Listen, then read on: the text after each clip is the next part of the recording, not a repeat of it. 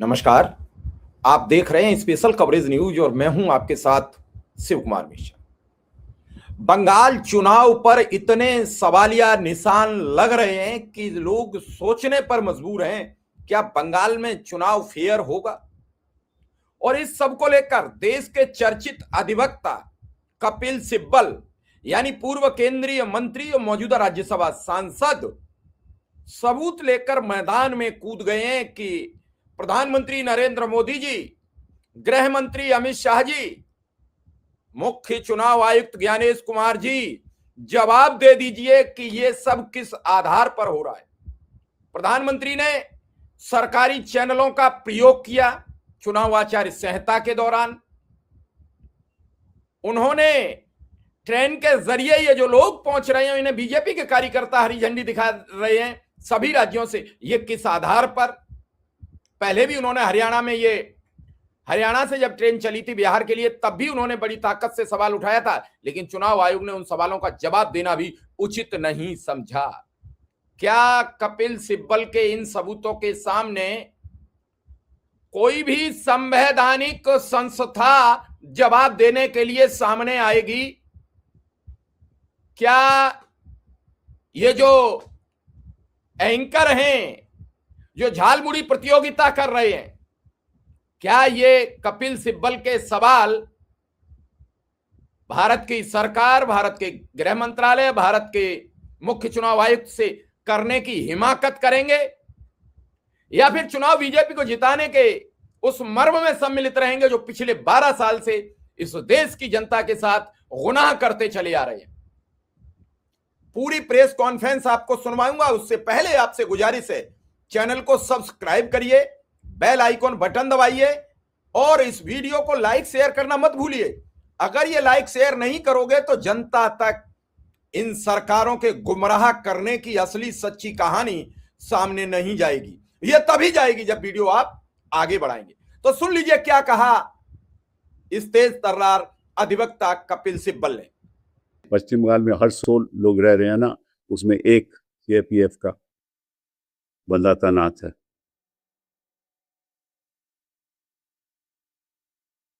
तो ऐसा लग रहा है कि भाजपा चुनाव नहीं लड़ रही, चुनाव सीईसी और सीएपीएफ लड़ रही है ममता को हराने के लिए।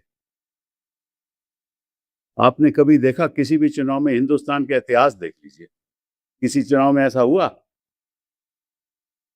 नहीं हुआ ना। और 27 लाख वोटर, जिसमें से कई जेन्युइन वोटर होंगे, वो अपना वोट नहीं डाल सकते। और साथ साथ में जो ट्राइब्यूनल के मामले हैं, ट्राइब्यूनल काम ही नहीं कर रहे, क्योंकि ट्राइब्यूनल अंदर जाने के लिए रोक लगाई जा रही है। वहां जो सिक्योरिटी खड़ा, वो कहता है जब समन्स आएगा तभी हम तुम्हें जाने देंगे। उसके पास दस्तावेज हैं, बर्थ सर्टिफिकेट है, लेकिन जाने नहीं दे रहे। तो ये किस किस का चुनाव है? भाजपा जिताने के लिए चुनाव है? चुनाव में पार्टियां चुनाव लड़ती हैं, सरकार चुनाव नहीं लड़ती। और यहां तो सरकार चुनाव लड़ रही है। अभी देखो सूरत से क्या हुआ, आपको याद होगा। मैं हरियाणा से, सोनीपत से, करनाल से लोग भेजे जा रहे थे स्पेशल ट्रेन में। मैंने उसका खुलासा भी किया आपके सामने, कोई कार्रवाई नहीं हुई। उसी तरह से गुजरात से जा रहे हैं लोग, सूरत से 5000 लोग। वहां रेलवे स्टेशन में, जो मेरे ख्याल जिसका नाम है उधना रेलवे स्टेशन में, 23,000 लोग थे जो गुजरात से वापस उत्तर प्रदेश, बिहार और उड़ीसा जा रहे थे।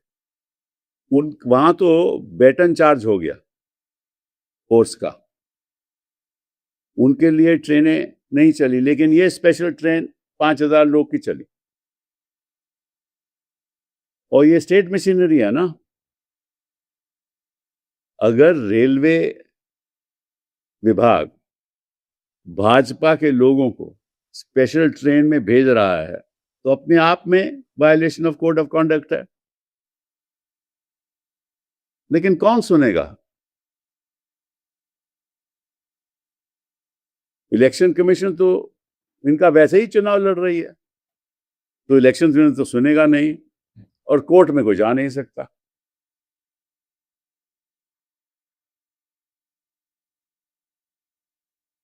It is shocking. It seems that there is an emergency that is imposed in the state of West Bengal outside the Constitution of India. In this emergency, 2,400 platoons of CAPF have been placed there. 2,400, which means 2.4 lakh people of CAPF, which means for every 100 people in West Bengal, one person of CAPF will be taking care of them. So it seems that the BJP is not fighting this election. It seems that the CAPF and the Election Commission is fighting this election. Gross abuse of state machinery. I mean, these number of CAPF people would not be there in Jammu and Kashmir. They are in West Bengal. And while violence is going on in Manipur, as you know, on that violence, the CAPF is actually security forces have been moved to take care here about what is happening to our country. And everybody is quiet, no institution is responding. And do we expect the Chief Election Commissioner to respond? They are the ones who are fighting the election of the BJP. And look at the 5,000 people that have been sent from Surat, from Udana police station. 23,000 people, passengers were waiting to go to Odisha, to Uttar Pradesh, to Bihar. But these are migrant workers who go back home. And especially in the context of the shortage of gas and other things, many of them are going back home. They don't have trains. There they use batons at the police station to deal with them. And here a special train of 5,000 people, supporters of BJP, are flagged appropriately, timely manner, so that they reach. What else is it? Is misuse of the state machinery. And who do we complain to? CEC is in collaboration with them, in cahoots with them. Who do we complain to? इतने लोग तैनात जम्मू कश्मीर नहीं हुए होंगे जितने उत्तर प्रदेश में, पश्चिम बंगाल में है। मणिपुर में हादसा चल रहा है, वहां कोई इंतजाम नहीं है और भाषण यहां हो रहे हैं। और शुभेंदु अधिकारी जी कह रहे हैं कि अगर तुम इस समय ये ठीक ठाक हमारे लिए वोट नहीं करोगे तो तुम्हारा हाल वही होगा जो योगी उत्तर प्रदेश में करता है। ये उन्होंने ये बयान दिया है। वो क्या होता है, या तो बुलडोजर चलेगा, और या आपको मालूम है कुछ और होगा। उसके बारे में मैं कहना नहीं चाहता, लेकिन सभी लोगों को मालूम है।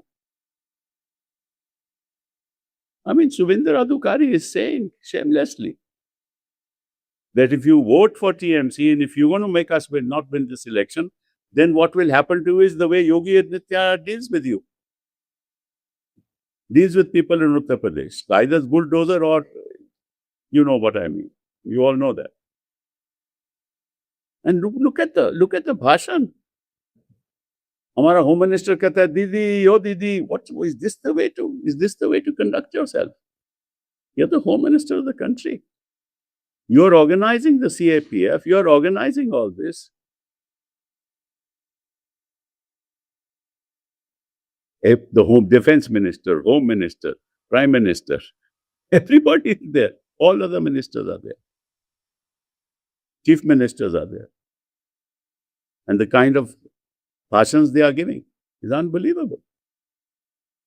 होम मिनिस्टर वहां है, प्रधानमंत्री जी वहां है, डिफेंस मिनिस्टर वहां है, जो चीफ मिनिस्टर है राज्यों के वो वहां है। और ऐसा मतलब लगता है कि एक मतलब कि उनको जैसा कॉर्डन ऑफ कर लिया होता है। कभी होता था ना पुराने जमाने में, जब वर्कर मूवमेंट बड़ी स्ट्रांग होती थी तो एम्प्लॉयर को घर से बाहर नहीं आने देते। तो वही हाल है पश्चिम बंगाल में इलेक्शन का, कि इनको जिनको वोट करने वाले हैं टीएमसी, उनको घर से बाहर नहीं जाने देंगे, और जो बाहर के लोग आए हैं उनको घर से बाहर, तो घर से उसको वोट देने देंगे। What is going on? और जो लॉजिकल डिस्क्रिपेंसी की जो बात करते हैं, तो वो लॉजिकल डिस्क्रिपेंसी तो खुद सीईसी है। वो ना वो लॉजिकल है, हर चीज में हर कदम पे उसकी डिस्क्रिपेंसी है, हर बयान में उसकी डिस्क्रिपेंसी है। मुर्शिदाबाद में वोट काट दो, मालदा के वोट काट दो, 24 परगना, नॉर्थ 24 परगना के वोट काट दो, साउथ 24 परगना के वोट काट दो, सारे टीएमसी के स्ट्रॉन्ग होल्ड, वहां वोट काट दो, और 55% वोट काटो, लाखों की तादाद में। मुर्शिदाबाद में तो 11 लाख वोट कटे हैं, 11 लाख। मालदा में सुना है कि 8 लाख वोट कटे हैं। किस किस्म की राजनीति चल रही है मोदी जी? और वही एक महिला आपके सामने खड़ी है, और महिलाओं के बारे में जितना आप बात करते हो, उस महिला के खिलाफ आपने ये सब कर लिया है, मतलब कि हिंदुस्तान की सारी ताकत लगा दी, और सब चुप, संस्थाएं चुप।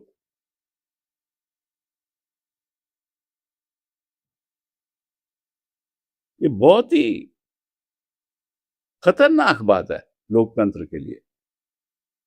I mean, the entire strength of the country is being used for the official strength, is being used to destabilize the environment in West Bengal. And where does the Chief Election Commissioner get these powers from?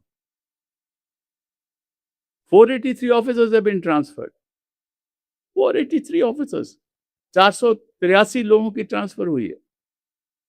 ये कहां से power आई है? कोई unlimited power तो किसी के पास नहीं होती।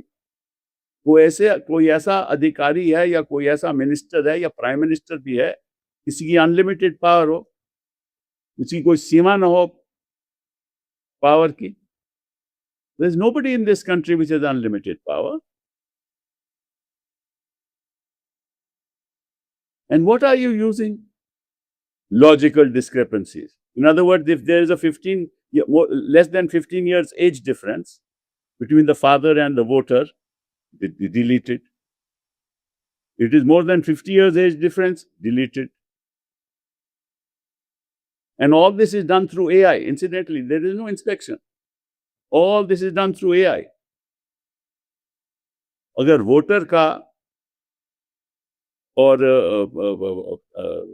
माता पिता का 15 से कम आयु का डिफरेंस है, तो वोटर कार्ड दिया जाएगा, और 50 साल से ज्यादा है तो वोटर कार्ड दिया जाएगा। और ये सब एआई से हो रहा है। In fact, it is the Election Commission who is the logical discrepancy in this country. Nothing that he says is logical. And his discrepancy is stamped all over what is happening in West Bengal. It is a shame that we have an election commissioner of this nature. It is an absolute national shame. That's all that I can say. And it is also a national shame that nobody is doing anything about it. Now see what is the latest that has been done. And I will tell you that. It is shocking that the new directive that has been issued. New directive is that Election Commission of India has banned motorcycles in West Bengal from 6 p.m. to 6 a.m. in the two phases of the polling. First phase, of course, is 23rd, second is 29th. And evacuation of all tourists and outsiders from the seaside resorts of Digha, Mandarmani, Tajpur, Udaipur, and Shankarpur.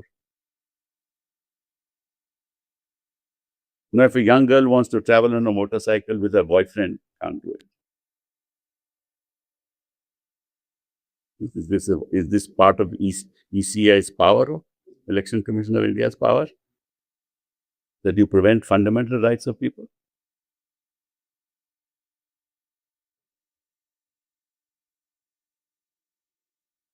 I mean, this is shocking. Except for medical emergencies, family functions, essential emergencies, dropping or picking up of school children. But in order to be the exception, you have to file an application. किसको application? अब इन्होंने क्या किया है? Who will you get this application to? And who will decide? When will you decide?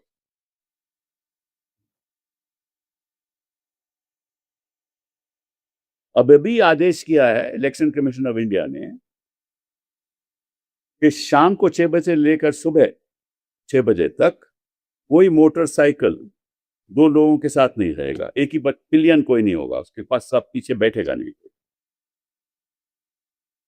तो अगर कोई महिला अपने बॉयफ्रेंड के साथ जा रही है वो भी नहीं बैठ सकती। ये क्या इलेक्शन कमीशन का कोई संवैधानिक हक है? हाँ?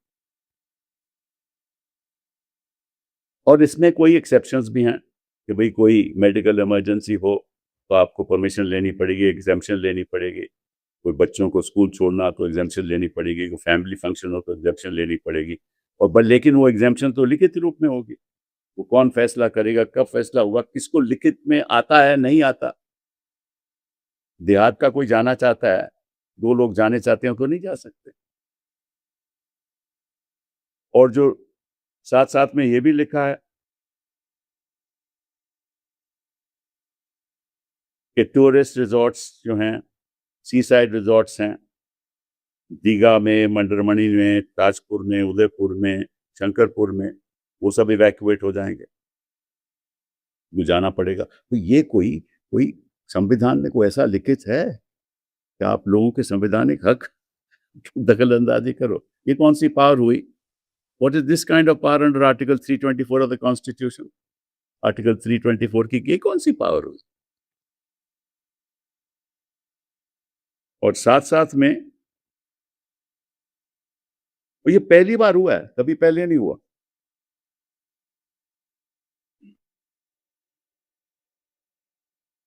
And people are completely clueless as to why this has happened. Anyway, this is the state of our country. और वो स्विगी के लोग भी कहते हैं कि साहब हमें कुछ चीज ले जानी है किसी के लिए, ऑर्डर पे जा पाएंगे कि नहीं?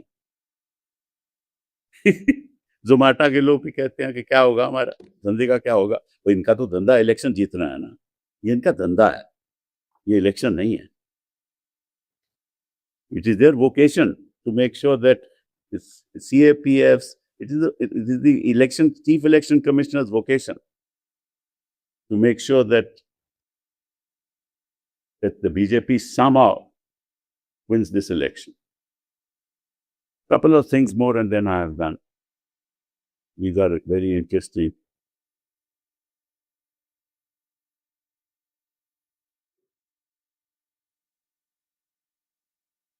अब देखो 700 ट्राइब्यूनल बने हुए हैं, उन कोई काम नहीं कर सकता। 91 लाख वोटर डिलीट हुए थे।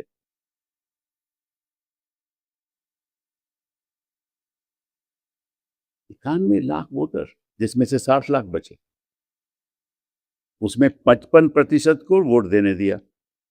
60 लाख में से 32 लाख अलग हो गए, 27 का तो अभी फैसला नहीं हुआ, तो 32 लाख में से 55 लाख वोटों को वोट देने दिया। बाकी ट्राइब्यूनल में उनकी अपील चल रही है और ये 27 लाख का फैसला नहीं है। तो अगर वही तुलना की जाए 55% to 45%, तो 27 में भी 55% तो होंगे ना जो वोट कर सकते हैं। उनको तो आपने बंद कर दिया ना। It is therefore it's an exercise in disenfranchisement. It is not an exercise in allowing people to vote. It is destroying willfully, knowing full well that a large percentage of people out of this 27 lakhs will have a right to vote, but they can't vote.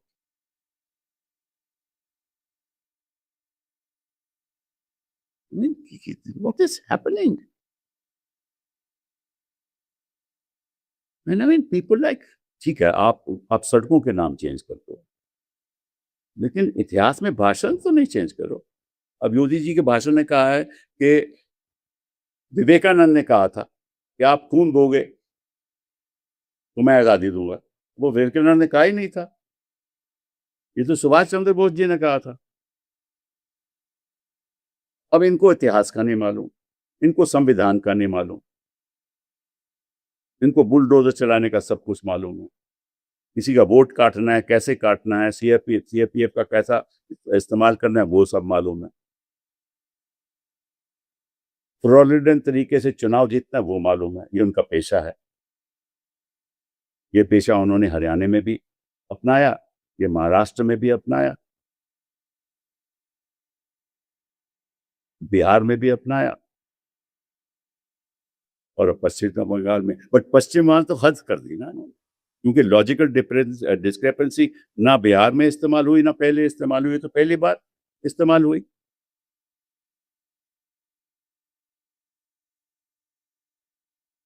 They never used logical discrepancy argument or use of this particular way of disenfranchising people.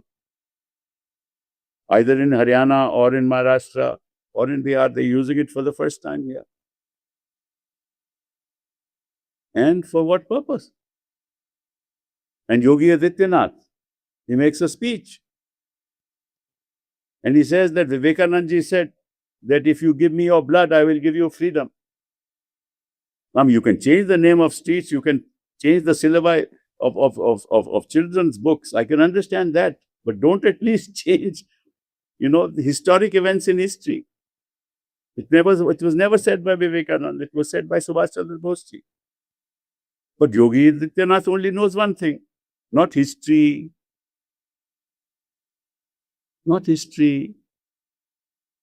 but bulldozers, and of course, everything else that we hear about. So that's the way it is. This is the state of our country. God bless this country. God save this country. Ask my questions. Given the facts, but what you have seen, जो बोला, उस पे क्या लग रहा है कि बंगाल में जो इलेक्शन होने वाला है 23 और 29 को, कितना फ्री एंड फेयर जो इलेक्शन कमीशन बोले जा रहा है, कितना फेयर होगा, और अगर नहीं हुआ तो कॉन्स्टिट्यूशन में क्या कोई This is a fraud played on the Constitution of India. संविधान के मतलब के संविधान पे एक हमला है, एक आक्रमण है, और सब नजरअंदाज कर रहे हैं। आप क्या कहते हैं? कोई वे आउट कुछ हो सकता है? वे आउट तो देखिए ना, एक मतदाता है, वो तो वोट ही करने जाता है ना, और आप लोग हो, आप रिपोर्ट ही करते हैं। फैसला तो कोई और करता है ना, और जब फैसला करने वाले ही फैसला नहीं करें तो कहाँ जाए? फिर तो हम वो गाना याद करेंगे ना, जाने तो जाए का, समझेगा कौन है। सर, इलेक्शन कमीशन आपने भी लिस्ट पब्लिश किया है, अभी तक 138 का अरे इतना ज्यादा, मतलब 27 लाख में से 138, हम तो शाबाश बोलेंगे, कमाल हो गई। इतना ज्यादा वोट, मतलब के लिस्ट में नाम आ गए 138। लेकिन बात यह है कि 136 अलाउ हुआ है, फिर 2 रिजेक्ट हुआ। तो एक क्वेश्चन आ रहा है कि आगे जो मिशन ऑफिसर थे वो कैसे काम कर रहे हैं? 36 अलाउ हो, 136 अलाउ हो। आपको सवाल पूछना चाहिए कि ये हुआ क्यों? जुडिशियल ऑफिसर तो इसलिए लगाए गए क्योंकि इलेक्शन कमीशन सही तरीके से काम ही नहीं कर रही थी, तो बेचारे जुडिशियल ऑफिसर को क्यों दोष करते हो? जो बुनियादी बात है वो तो इलेक्शन कमीशन का दोष है ना, उसके ऊपर कोई बोल रहा है? इलेक्शन कमीशन को तो या मतलब के गवर्नर बनना होगा या कुछ और पे बनाना होगा, उसको कर रहा है भाई अपने। आज के अधिकारी तो मतलब के उनकी तो रणनीति थोड़ी अलग होती है ना। सर एक अभी इलेक्शंस के बाद और स्पेशल ट्रेन चलाने का ट्रेंड शुरू हुआ पिछले 2 दिन पहले। आपको लगता है कि ये भी एक तरह का स्कैम? इस स्कैम की क्या बात है? It is असंवैधानिक। ये तो मिसयूज ऑफ ऑफिशियल मशीनरी। तक भी अगर स्टेशन साहब यहाँ यहाँ होते तो इलेक्शन ही रद्द किया होता। ये कौन सा हक है इलेक्शन कमीशन ऑफ इंडिया कि आप मोटरसाइकिल चलाओगे तो पिलियन पे नहीं वो बैठने देंगे, इस समय नहीं बैठने देंगे, उस समय ये कौन सा अधिकार? No right of election. Sir जब आप ये बात उठा रहे हैं, इससे पहले यही बात जब आपने भी उठाई, यही बात अरविंद केजरीवाल ने अभी तब पूछ तक कही जो उन्होंने ममता बनर्जी से बात करी है और पूछ तरीके से सब विपक्ष को।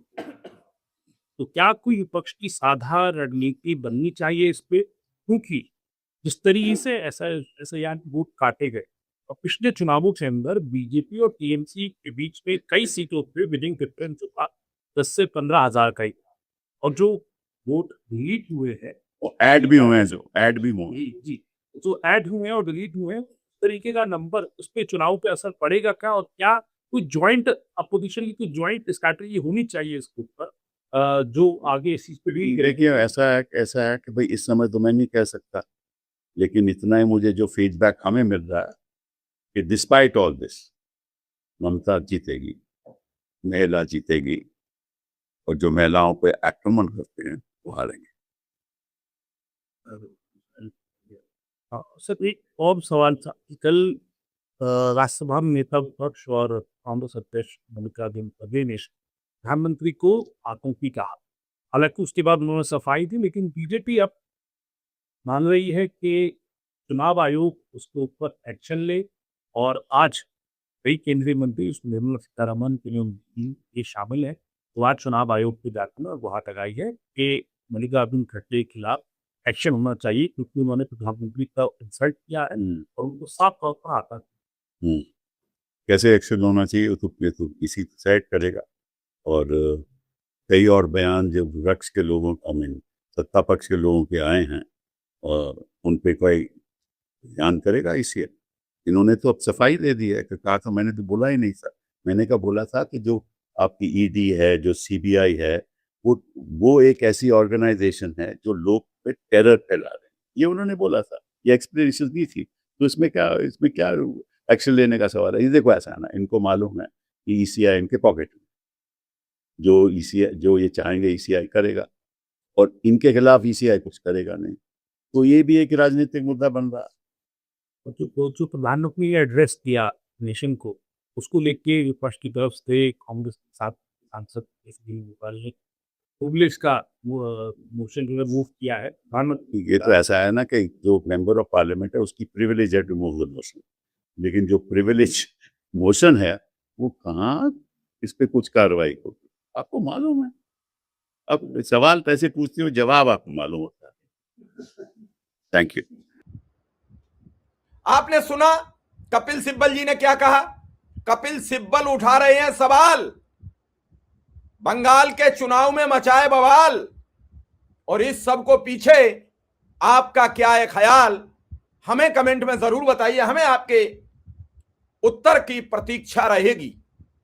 हम चाहते हैं कि जनता जागरूक हो, चुनाव शिक्षा, स्वास्थ्य, रोजगार के मुद्दे पर हो, चुनाव धर्म, संप्रदाय, जाति, इन सब से दूर ले जाया जाए। फिलहाल इस खबर को यहीं विराम देंगे। धन्यवाद, आभार, नमस्कार।